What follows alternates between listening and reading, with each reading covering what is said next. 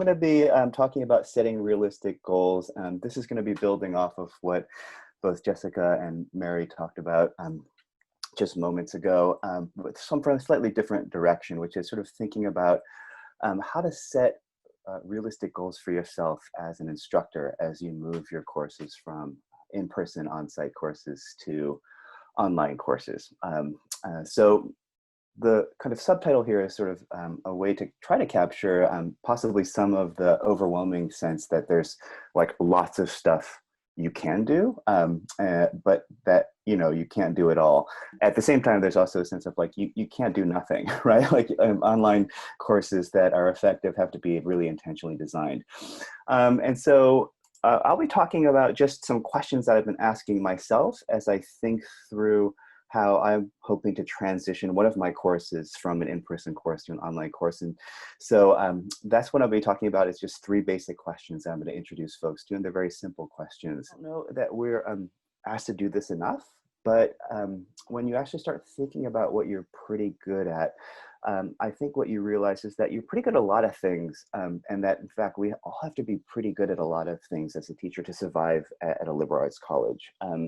So it's a good thing to remind yourself, I think, just as a place to start, that not only are you pretty good at a number of things, but that your students will express gratitude for this in different ways. And when you start thinking about what you're actually pretty good at, what seems very simple is actually relatively complicated, okay? So I feel like I'm pretty good at leading discussions and getting students to sort of think through the specifics of reading a poem.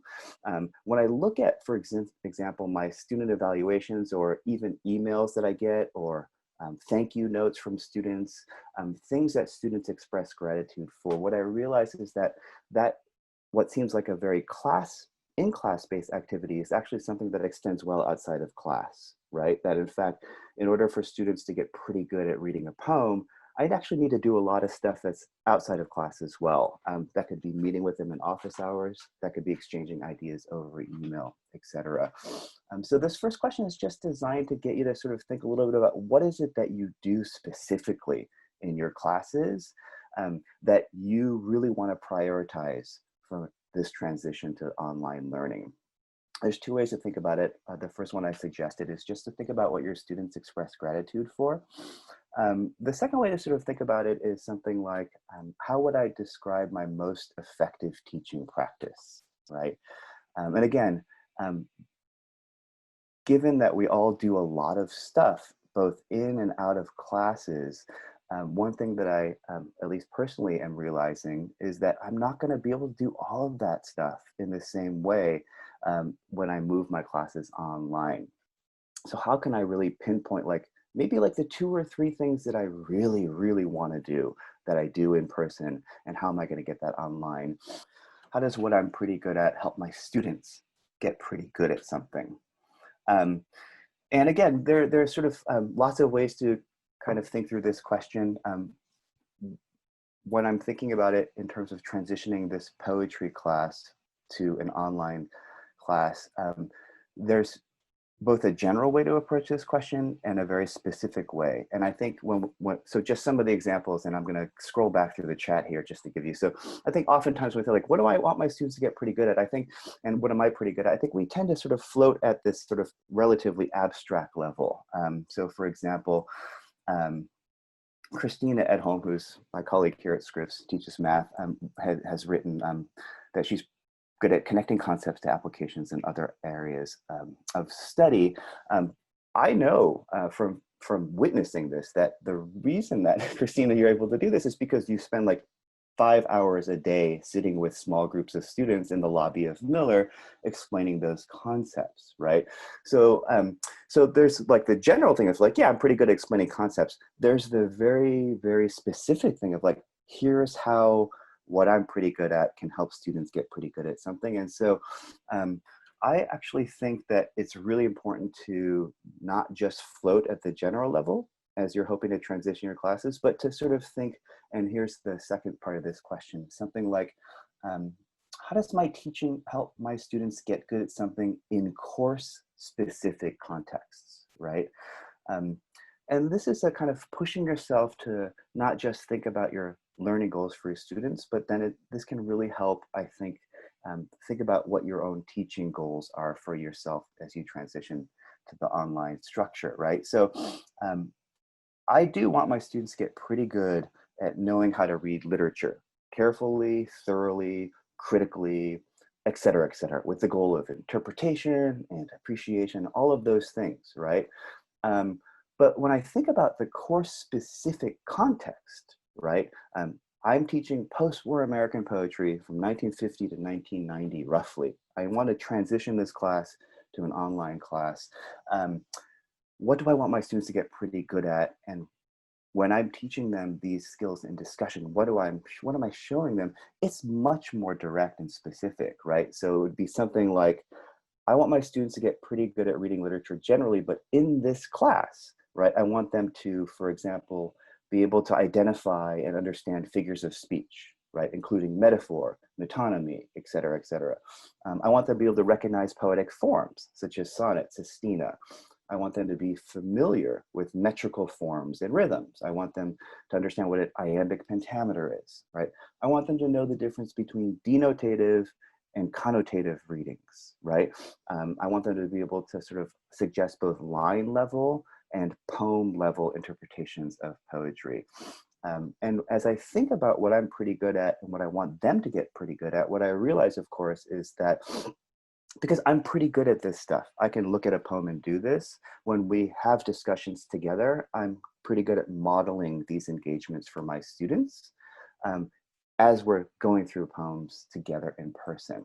Um, so the last question is really, I think, the most important question for our purposes anyways, which is how can I translate what I'm good at in person to my online course? And I think, recognize that the thing that I was asking us to just think about, which is like, what do I want my students to get pretty good at in a course specific context, might seem overly granular, might seem maybe even too focused on the particulars. But I actually want to suggest that this, at least for me anyways, it's getting to that level of specificity that has been most useful in sort of setting realistic teaching goals for myself. Since again, you can't do everything, right? But you also can't do nothing. And it was really kind of getting to that level of granular specificity that helped me think about these maybe most important questions, which is sort of like, how can I translate what I'm good at in person to my online course? Is it even possible, right? So like, I think obviously it will be a different answer for everybody, but the question of, is it possible, asked me to really think about, okay, if my classes are going to be discussion based, and if I want my students to get pretty good at this stuff, right? Here are the questions that I suddenly have to ask myself, right? And they're very specific, right? Would my students, for example, all be in the same time zone so that they could log on synchronously to do this? Do my students all have access to high-speed internet and the hardware that you might need to have a kind of frustration-free conversation? Do they have a space where they can comfortably, freely work and talk, right? How will I read nonverbal cues like body language, facial expression, tone to figure out when students are engaged or when they're getting lost? How can I tell when students are engaged but quiet, which I think in person is not that hard to do, right? So like, oh, this person seems really, they're thinking, even if they're quiet, versus like completely disengaged and bored, right? Clearly, this is all stuff that I can do in person that is much harder to do online.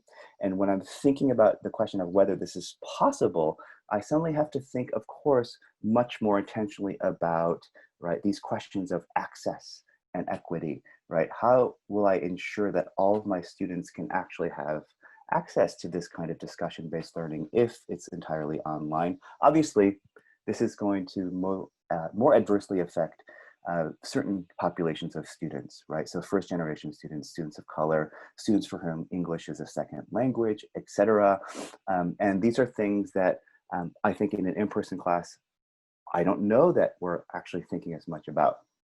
So then the first question you ask is it impossible? I think that's where you need to figure out, like, if it's not possible, and I'm a little bit almost myself at that place for this poetry class, then I need to think about like, okay, what other good thing will I do instead, right? So another way to say this is if I can't have a primarily discussion-based class, right, that's okay. Because in fact, there are other things that I'm pretty good at. What is that other thing now that I want to focus on? And that could be something completely different, or it could be something related to what you're already good at. Another way to say this is a process that I've actually repeated a number of times for this one class to try to identify 2 or 3 things that I'm pretty good at, 2 or 3 things that I want my students to get pretty good at, and then figuring out how to prioritize those as I transition to online. And then finally, the third question is, okay, yes, I think I can do this particular thing. What will I need to make it work? And I guess here I would just emphasize for everybody what I've been talking about this entire time is really pre-implementation, right? I almost feel like these are questions that are useful to ask yourself before you even start thinking about tools, before you even thinking about revamping assignments. To me, these are the questions that are the most important because they're the ones that are central to your teaching, right? They're central to your goal as an instructor. They're essential to what you want your students to get really good at. And I think that it's, at least again, for me, it's easy to get like kind of overwhelmed and distracted by shiny, cool technology. Without necessarily first thinking about, okay, but how is the technology going to really help me do this X, Y, or Z thing? So, this is all stuff that I actually have been asking myself even before thinking about like, oh, now I can use this tool or that tool. Okay, and those are the 3 questions. That's really all I wanted to share with you.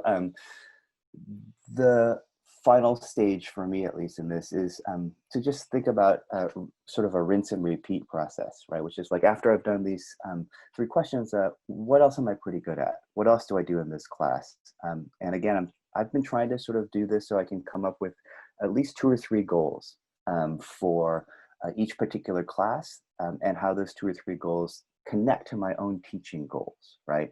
And it's been a way to help manage, but also to help really think about what's essential to my teaching.